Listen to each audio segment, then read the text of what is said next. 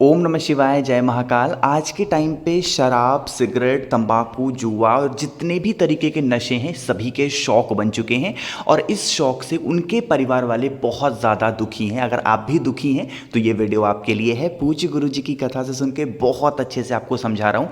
आपको ये पार्थिव शिवलिंग वाला जो उपाय है वो करना है। आपके घर से जो भी इंसान शराब या फिर कैसा भी नशा करता है वो उससे नफरत करेगा। लेकिन उससे पहले आप वीडियो को लाइक कर दें। हमेशा की तरह कहूँगा, जिसने अभी चैनल सब्सक्राइब नहीं किया तो चैनल को सब्सक्राइब जरूर करना, ठीक है।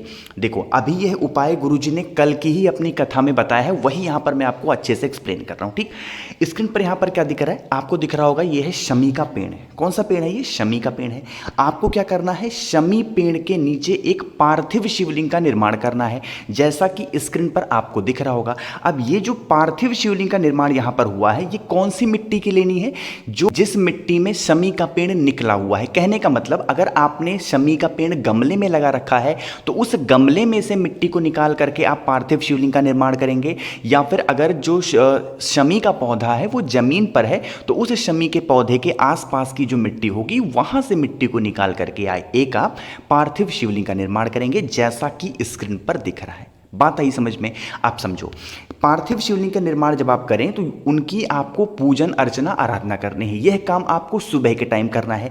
जैसे भी आपको जो भी पार्थिव शिवलिंग पर समर्पित करना हो, दूध, दही, घी, जो भी आपको, शक्कर, धतूरा, बेलपत्र, जो भी आपको समर्पित करना हो आप समर्पित करना, ठीक है। समर्पित करने के बाद सबसे लास्ट में 1 लोटा शुद्ध जल आप समर्पित करना उसी पार्थिव शिवलिंग के ऊपर, ठीक है।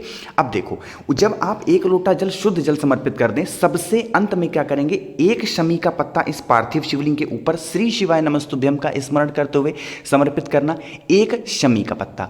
और एक आपको बेल पत्र भी महादेव के शिवलिंग के ऊपर श्री शिवाय नमस्तुभ्यम का स्मरण करते हुए उसी पार्थिव शिवलिंग के ऊपर आपको समर्पित कर देना है, ठीक है। इतना कर लिया, फिर क्या करना, आपको उस ये जो पार्थिव शिवलिंग है, इस पार्थिव शिवलिंग के ऊपर से सिर्फ ये बेलपत्र आपको उठा लेनी है और आपको कुछ नहीं लेना है, सिर्फ ये बेलपत्र उठानी है और बेलपत्र को उठा करके आप अपने घर चले जाएंगे।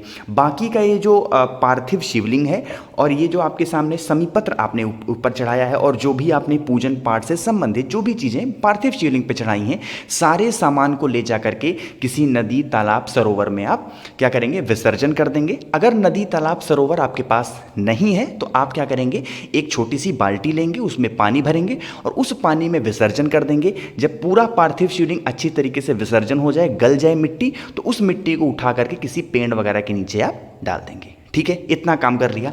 अब ये जो बेलपत्र आपने उठाया है, इस बेलपत्र को उस व्यक्ति को खिलाना है जो व्यक्ति बहुत ज़्यादा नशा करता है। आप समझो कि इसको आप खिलाओगे कैसे। सबसे पहले क्या करना है, आपको ये जो ऊपर का पत्ता आपको दिख रहा है, सबसे ऊपर मिडिल वाला, इस पत्ते को आपको खिलाना है।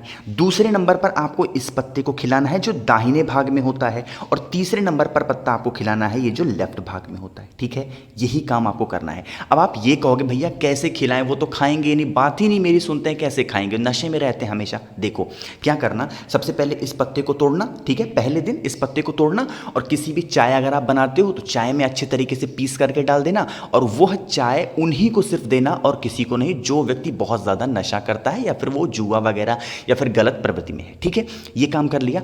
ये काम पहले दिन करना। दूसरे दिन क्या करना, फिर इसको तोड़ना, फिर किसी चीज़ में मिला करके दे देना। तीसरे दिन फिर इसको तोड़ना और फिर मिला करके देना। अब आप कहोगे भैया इस उपाय को कितनी बार करना है, तो एक पत्ता जब आप चढ़ाओगे, इसको लेकर के आओगे तो इस पत्ते को 3 दिन तक पिलाना और इस पूरे उपाय को 3 बार करना है। जैसे ये पत्ता खत्म हो गया, ये पहले हफ्ते आपने किया, अगला हफ्ता जब आए, यह उपाय को तो सबसे पहले आप ये समझो कि किसी भी दिन कर सकते हो, दिन की कोई पाबंदी है ही नहीं, किसी भी दिन करो। तो मान लेते हैं पहले हफ्ते में आपने ये उपाय किसी दिन किया तो अगले हफ्ते फिर इस उपाय को कर लो और फिर एक बेलपत्र लेकर के आओ, इस तरीके से फिर से खिला दो।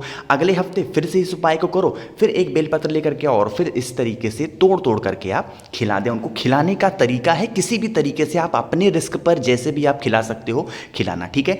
यह उपाय आपको 3 बार करना है, ठीक है। 3 बार करना है। जब पहली बार करोगे तो इसको 3 दिन तक खिलाना, दूसरी बार जब इस उपाय को आप करें तो फिर से आपको इसको 3 दिनों तक खिलाना है, और तीसरी बार जब फिर आप इस उपाय को करें तो 3 बार फिर से आपको खिलाना है। ठीक है, बात आई समझ में? मैंने तो कोशिश की है आपको अच्छा समझाने की, वीडियो थोड़ी सी बड़ी बनी है, उसके लिए माफ़ी चाहता हूँ, क्योंकि समझाना आप सबको बहुत ज़रूरी था। अगर कुछ समझ में नहीं आया तो बिल्कुल आप परेशान ना हो, नीचे कमेंट में पूछें, पूरी कोशिश करूंगा रिप्लाई करने की। व्हाट्सएप ग्रुप का लिंक डिस्क्रिप्शन में है, कमेंट में नहीं पूछ सकते, व्हाट्सएप ग्रुप में आकर के पूछो, वहां पर भी बता दूंगा। इंस्टाग्राम पे बात करनी है द नेचुरल प्लेनेट 108, वहां पर भी आके आप मुझसे बातें कर सकते हैं। वीडियो पसंद आई हो तो लाइक कर दीजिएगा, कुछ पूछना हो नहीं समझ में नीचे कमेंट में पूछें। आवाज़ जो भी लोग पहली बार सुन रहे हैं चैनल को सब्सक्राइब ज़रूर करिएगा। ओम नमः शिवाय, जय महाकाल।